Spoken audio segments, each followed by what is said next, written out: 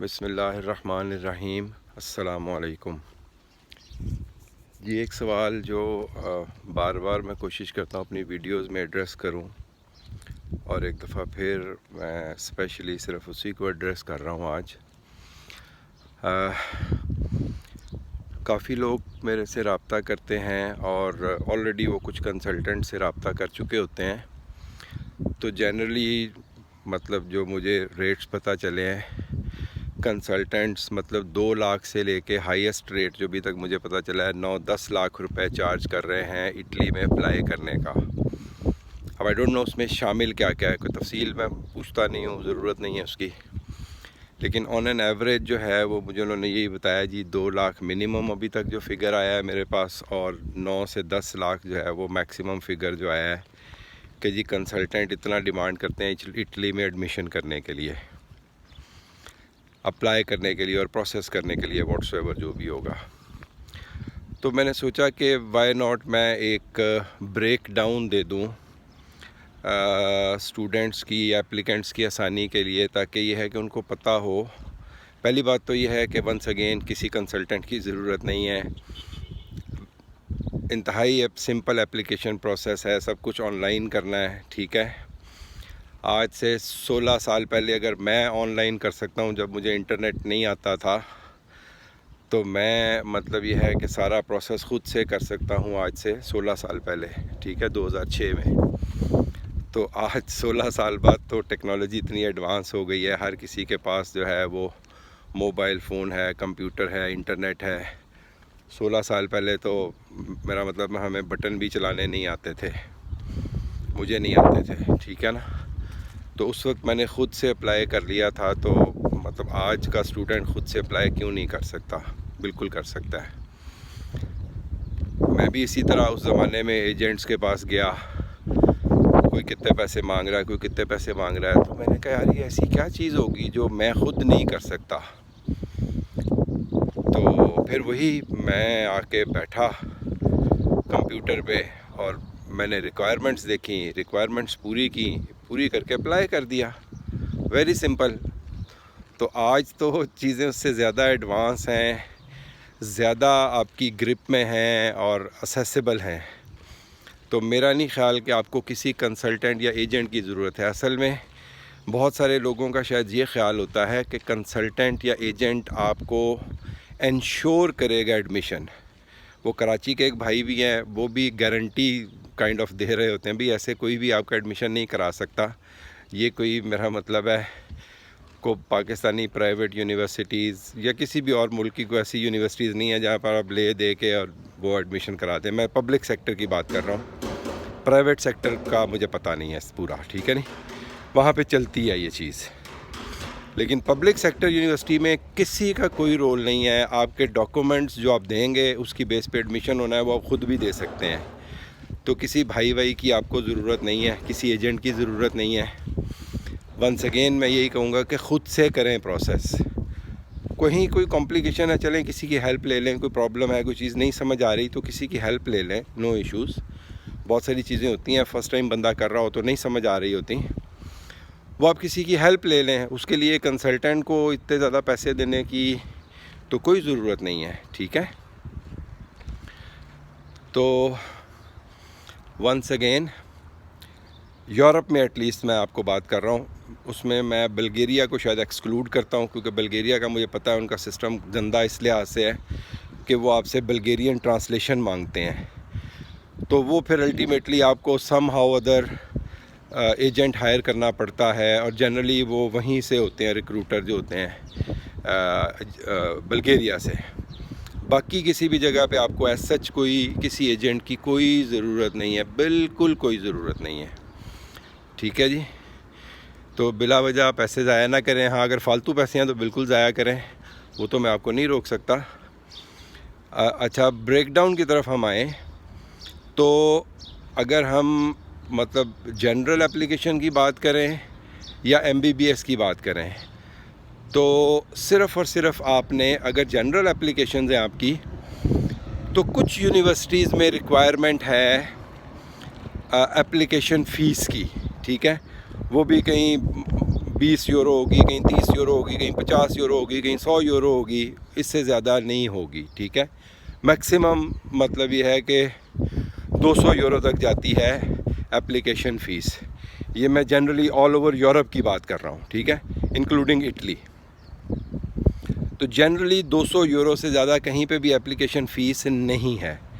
ठीक है, अब हम स्पेसिफ़िकली अगर आ जाएं MBBS की तरफ, MBBS इन इटली की तरफ, तो उसके लिए कोई एप्लीकेशन फ़ीस नहीं है। आपने कुछ यूनिवर्सिटीज़ ने प्री एक्सेप्टेंस के लिए फ़ीस रखी हुई है, वही 20, 30, 50 यूरो। ठीक है, तो वो आपको देनी है। अगर आपको ऐसी यूनिवर्सिटी सेलेक्ट करते हैं जिनकी कोई फ़ीस नहीं है, तो आपकी ज़ीरो इन्वेस्टमेंट है।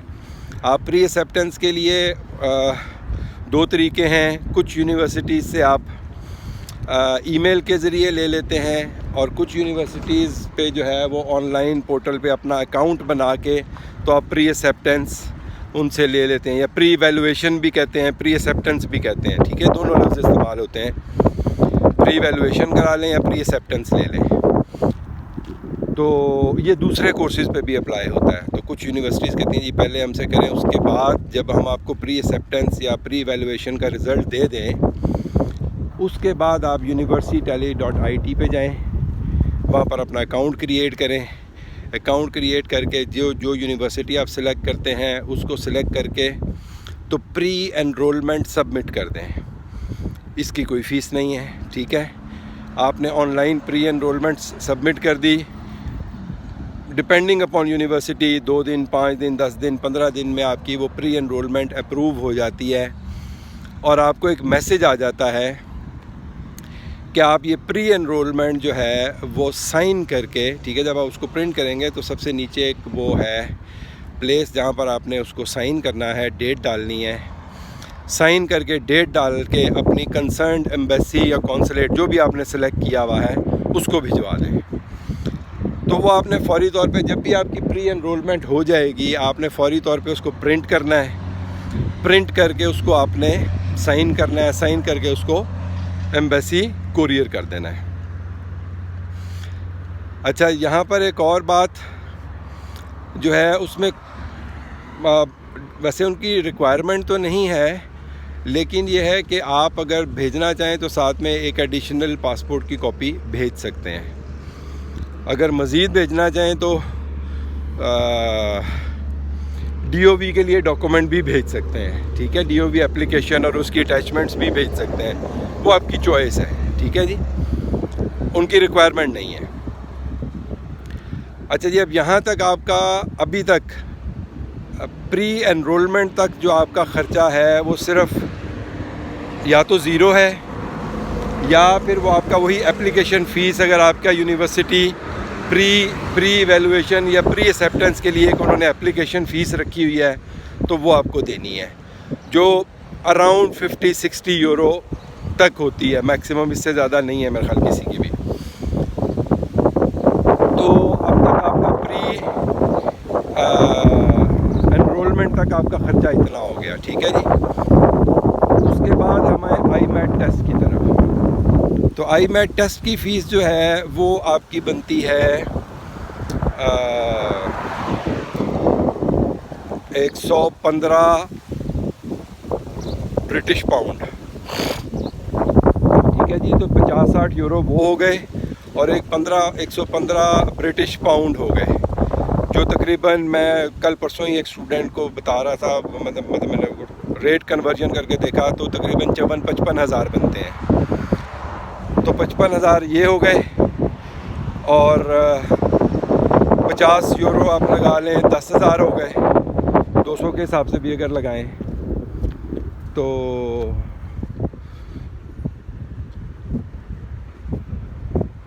10 हज़ार तकरीबन वो हो गए।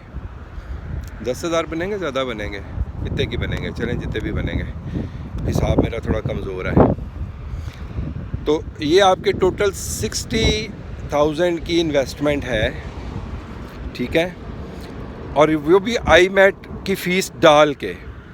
अगर IMAT की फ़ीस आप निकाल देते हैं तो मे बी अगर आपकी यूनिवर्सिटी की प्री एक्सेप्टेंस, प्री वैल्यूएशन की फ़ीस नहीं है, तो आपकी ज़ीरो इन्वेस्टमेंट पे जो है वो आप प्री एनरोल या प्री रजिस्टर कर सकते हैं university.it के कोर्स पे, जो भी कोर्स आप सिलेक्ट करेंगे। और उसके बाद फिर मतलब वो आता है आपका जो भी प्रोसेस है, आपने एग्ज़ाम देना है। एग्ज़ाम के तो कोई ऐसा अलग से फ़ीस नहीं है, वो आपने पे कर दी है उस वक़्त IMAT के लिए। कुछ और कोर्सेज़ हैं जिनके लिए उनका अपना एक टेस्ट भी बाज़ औक़ात रिक्वायर्ड है, कुछ का स्पेशल टेस्ट है। तो प्री एनरोलमेंट या IMAT तक आपकी टोटल इन्वेस्टमेंट जो अगर आप मिला लें, मैक्सिमम जो है वो 70,000 इन्वेस्टमेंट है। और अगर आप इसमें डॉक्यूमेंट अटेस्टेशन भी डाल लें तो वो अराउंड 4 to 5,000 डॉक्यूमेंट अटेस्टेशन के लगते हैं। तो 75,000 टोटल आपकी एक्सपेंस है IMAT एग्ज़ाम तक। ठीक है जी। अब IMAT एग्ज़ाम हो गया, आपने क्वालिफाई कर लिया। अब उसके बाद क्या इन्वेस्टमेंट है, ठीक है जी। यहाँ तक तो हमने मैक्सिमम 75,000 कैलकुलेट कर ली, इससे ज़्यादा की इन्वेस्टमेंट नहीं है। अब IMAT आपने क्वालिफाई कर लिया तो उसके बाद अब क्या है। अच्छा, उससे पहले अगर आपने IELTS देना है, IELTS रख लें तो चलें 20,000 उसके लगा लें, तो 75 और 10 20 95,000 हो गए आपके। तो चलें मैक्सिमम अगर उसमें इटालियन ट्रांसलेशन भी शामिल कर लें तो 1 लाख रुपए में मैक्सिमम, ठीक है जी, मैक्सिमम 1 लाख रुपए में आपकी ये सारी प्रेपरेशन हो जाती है इसकी IMAT एग्ज़ाम तक,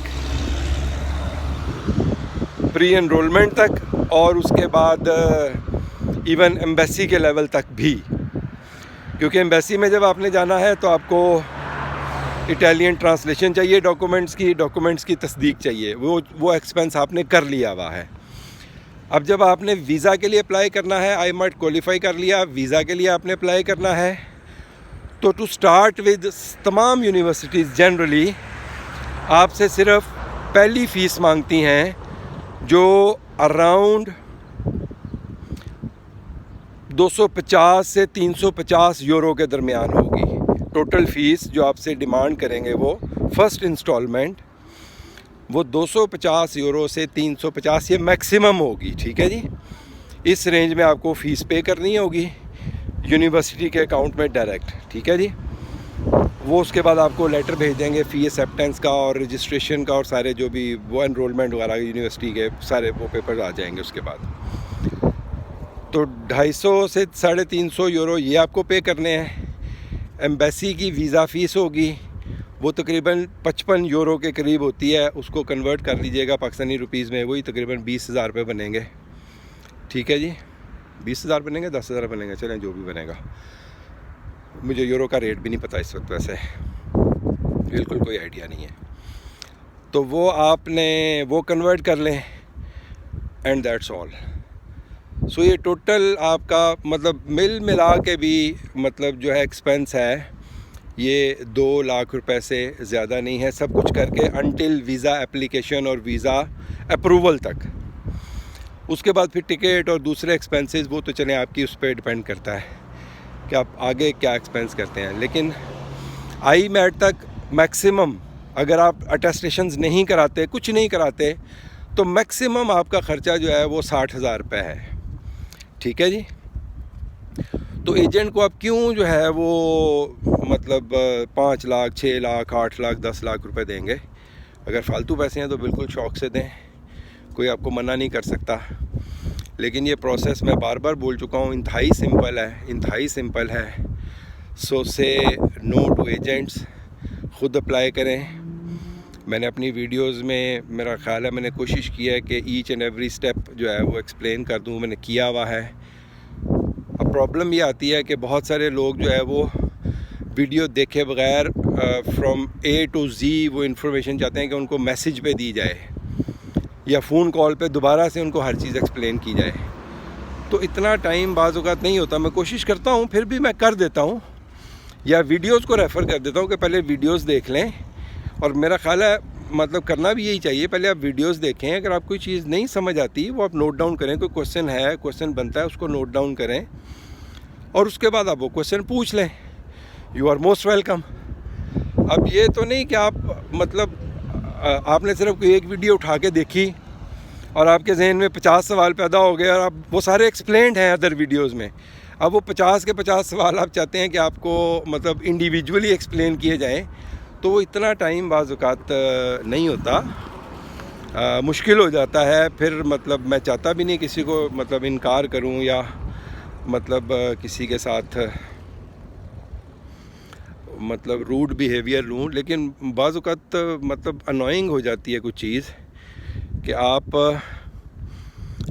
बग़ैर वीडियो देखे सारे वो सवाल पूछते हैं जो ऑलरेडी एक्सप्लेन्ड हैं वीडियोस में, ठीक है ना। तो पहले उसको देखें, उनको समझें, फिर अगर कोई क्वेश्चन है तो बिल्कुल ज़रूर पूछें, मैं ज़रूर उसका जवाब दूंगा।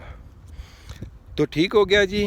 मैं बेसिकली ब्रेकडाउन आपको ये देना चाह रहा था कि आपका मैक्सिमम इटली वीज़ा अप्रूवल तक जो मैक्सिमम एक्सपेंस है वो 2 लाख रुपए है, ठीक है। और IMAT एग्ज़ाम तक अगर आप आते हैं, अगर क्वालिफाई अल्लाह ना करे नहीं होता, तो मैक्सिमम आपका एक्सपेंस जो है वो को तकरीबन 50-60 हज़ार रुपये है। वही जो आपने IMAT फ़ीस या रजिस्ट्रेशन देनी है, चलें 70 हज़ार कर लें, दैट्स ऑल। इससे ज़्यादा आपका एक्सपेंस नहीं है। सो ज़रूरत नहीं है किसी बंदे को बिला वजह पैसे देने की, पैसे ज़ाया करने की। ख़ुद अप्लाई करें, बहुत सिंपल प्रोसेस है, इटली में भी और ऑल ओवर यूरोप भी। बाकी उसका सिस्टम ऑस्ट्रेलिया का थोड़ा डिफरेंट है, एजेंट बेस्ड है मोस्टली। डायरेक्ट भी यूनिवर्सिटी शायद ले रही हूँ, लेकिन मोस्टली एजेंट बेस्ड है। इसी तरह और जगहों का भी मतलब एजेंट बेस्ड है ज़्यादातर। कनाडा का भी एजेंट बेस्ड है मोस्टली। सो वहाँ पर तो ठीक है, आपको एजेंट की ज़रूरत पड़ती है, लेकिन अदरवाइज़ आपको किसी एजेंट की ज़रूरत नहीं है। उसमें भी तरीके होंगे, मैं देखे थे कुछ हैं, आप डायरेक्ट अप्लाई भी कर सकते हैं, लेकिन वो उसमें सक्सेस रेशो कम है। वो एजेंट को उन्होंने कुछ, चूँकि वो हैं मनी ओरिएंटेड, पैसा बनाने वाले मुल्क हैं, एजुकेशन को बेच रहे हैं वो। जैसे पाकिस्तान में अब हर जगह एजुकेशन और हेल्थ बिक रही है, हर जगह private hospital, private school, colleges बन गए हैं, और तमाम जो आपके इंडस्ट्रियलिस्ट हैं वो छोड़ के, सारा कारोबार अपना छोड़ के, फैक्ट्रियाँ छोड़ के, ज़मींदार अपनी ज़मीनें छोड़ के वो स्कूल और अस्पताल के बिज़नेस में आ गए हैं, क्योंकि इससे ज़्यादा प्रॉफिटेबल बिज़नेस है कोई नहीं, ठीक है ना। No loss, only profit and profit. तो इसलिए वो सब छोड़ के तो उन्होंने कहा जी इधर ही आके कमाई करो, लोगों की जिहड़ी वो छिल लाओ एजुकेशन ते हेल्थ ते, ठीक है ना। तो इसीलिए हर गली मोहल्ले में अस्पताल भी बन रहा है, स्कूल भी बन रहा है, और लोग उससे कमाई कर रहे हैं। तो उनका ऑस्ट्रेलिया, कनाडा, इनका सिस्टम थोड़ा डिफरेंट है। लेकिन यूरोप में आई डोंट सी कि आपको किसी भी मुल्क में अप्लाई करने के लिए किसी एजेंट की ज़रूरत है। सबकी ऑनलाइन पोर्टल है। जिसने भी आपके लिए अप्लाई करना है, किसी एजेंट ने या किसी भाई ने आपके लिए अप्लाई करना है, तो उसने करना वही है जो उनका सिस्टम अलाउ करेगा, ठीक है। और वो आप भी कर सकते हैं, उससे हट के वो कुछ नहीं कर सकता, ठीक है। अब उनका सेंट्रल पोर्टल है तो आपने सेंट्रल पोर्टल पे जाके अप्लाई करना है। अगर उनका यूनिवर्सिटी का इंडिविजुअल पोर्टल है तो आपने इंडिविजुअल पोर्टल पे जाके अप्लाई करना है। और वो जो एजेंट है उसने भी वही काम करना है, वो काम आप भी कर सकते हैं। वो जो भाई कुछ बैठे हुए हैं घेरने के लिए, उन्होंने भी वही काम करना है, ठीक है ना। मैंने एक साहब से रब्ता किया आज से कोई 3 साल पहले, भाई हैं वो, काफ़ी उनकी वीडियोस मौजूद हैं, मैंने भी देखी 1-2। मैं ऑलरेडी एक एडमिशन करा चुका था, ठीक है। मैंने उनको कहा जी इस तरह ये एडमिशन कराना है। उन्होंने कहा नहीं जी ये तो पॉसिबल ही नहीं है, नेक्स्ट ईयर आए, ठीक है जी। मैं ऑलरेडी वो एडमिशन करा चुका था, उन्होंने कहा नहीं जी पॉसिबल नहीं है, आप नेक्स्ट ईयर आएँ। सो हर किसी को सब कुछ मालूम नहीं है, ठीक है। तो आप बेहतर है कि आप जो चीज़ आप टारगेट करना चाहते हैं, जो यूनिवर्सिटी, जो कोर्स, IMAT MBBS से हट के भी जो भी कोर्स आप टारगेट करना चाहते हैं, पहले उस यूनिवर्सिटी पे जाएं, कोर्स की रिक्वायरमेंट देखें, पूरी रिक्वायरमेंट चेकलिस्ट मौजूद होगी कि ये आपने डॉक्यूमेंट देने हैं। वो डॉक्यूमेंट तैयार करें, वो डॉक्यूमेंट तैयार करके जो तरीका है उसको फॉलो करते हुए अप्लाई कर दें।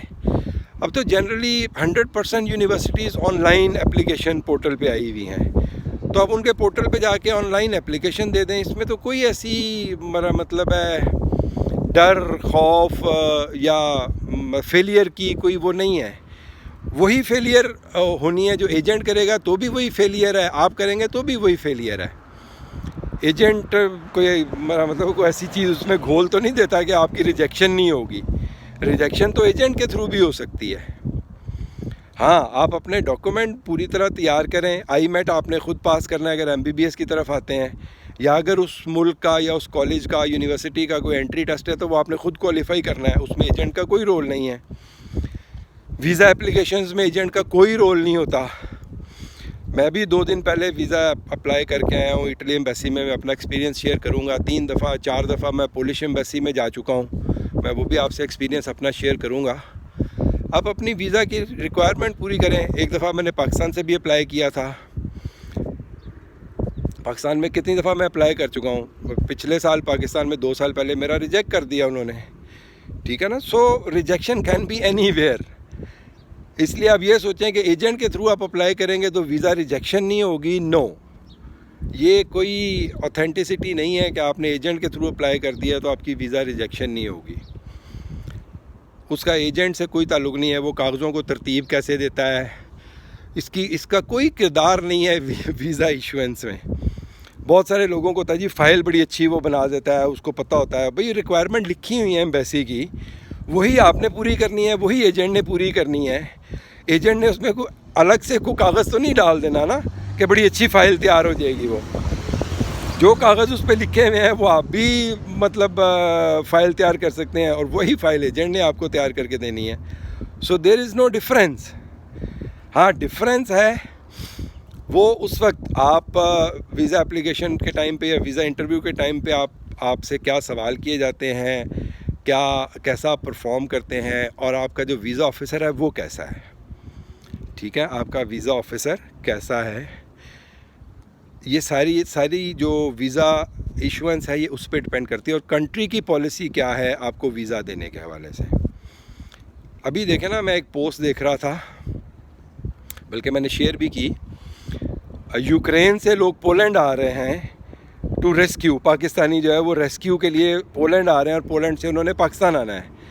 अब वो यूक्रेन से, चूँकि यूरोपियन यूनियन का बॉर्डर बंद है, अब उनको अल्लाह ने एक मौका दिया पोलैंड आके वहाँ से निकल के पाकिस्तान आने का। और वो कोई जर्मनी जा रहे हैं, कोई कितने जा रहे हैं, कोई कितने जा रहे हैं, ठीक है। उनको तो डंकी का मौका चाहिए।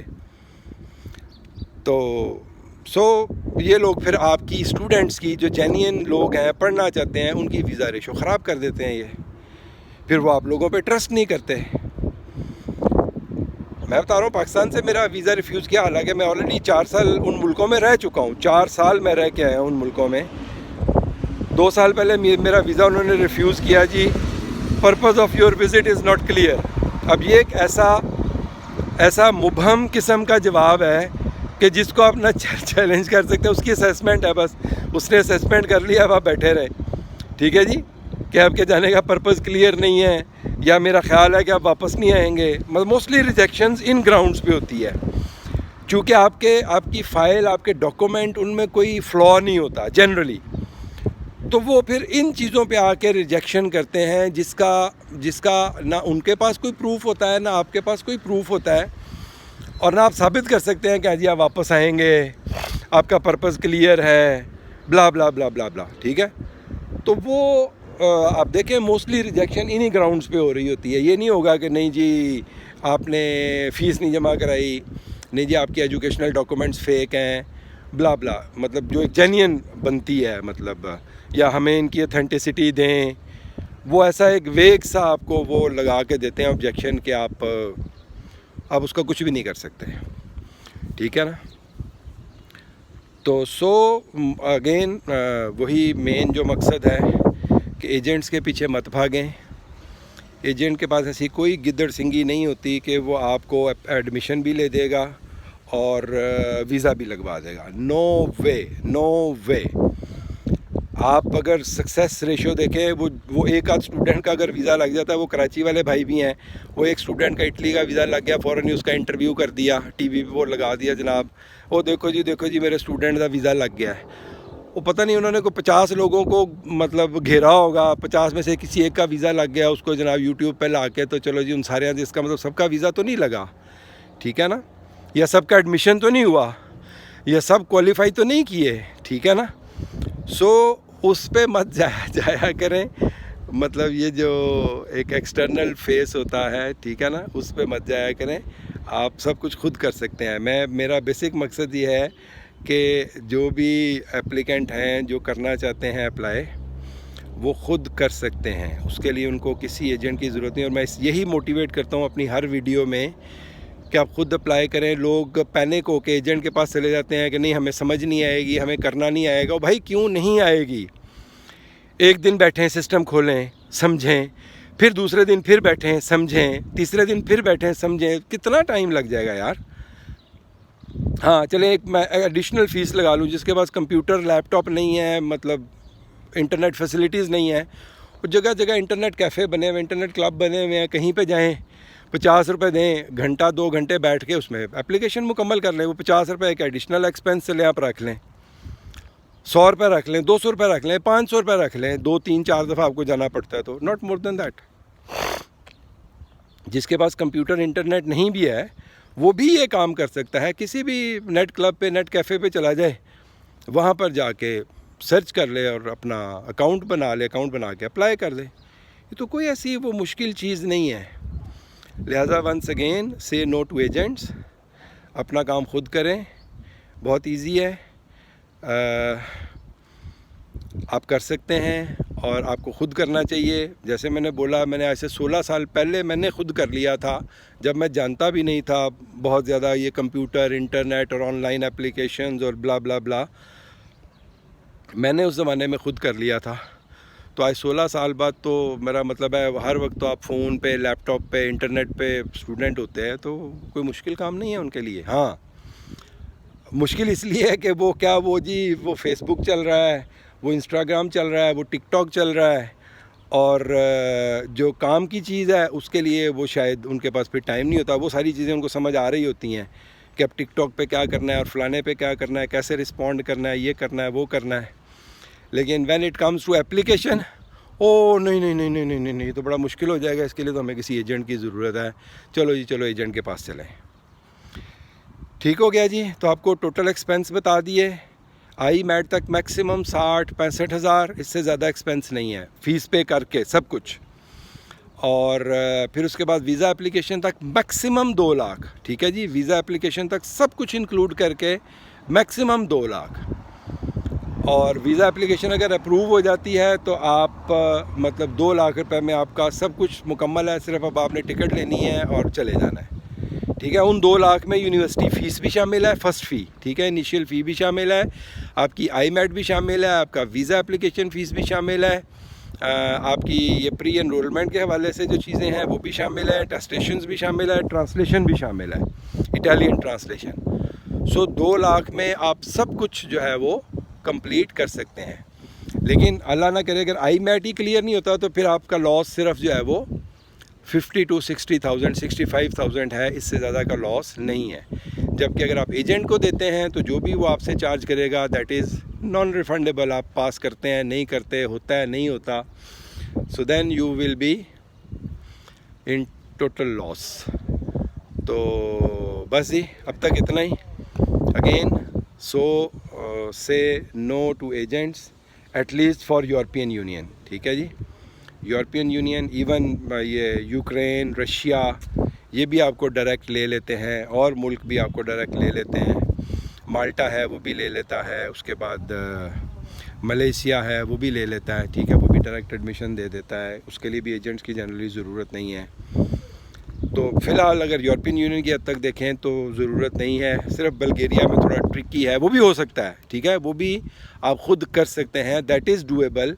सिर्फ आपको बल्गेरियन ट्रांसलेशन चाहिए, वो अगर आप किसी तरह करा लेते हैं, आपका कोई जानने वाला है, जैसे फ़र्ज़ करें यूके में उनका कॉन्सुलेट जो है वो कल्चरल सेंटर वो ट्रांसलेट कर देता है, तो यूके में आपका अगर कोई है जानने वाला तो आप वो ट्रांसलेट करा लें पहले, उसके बाद आप ख़ुद से भी अप्लाई कर सकते हैं।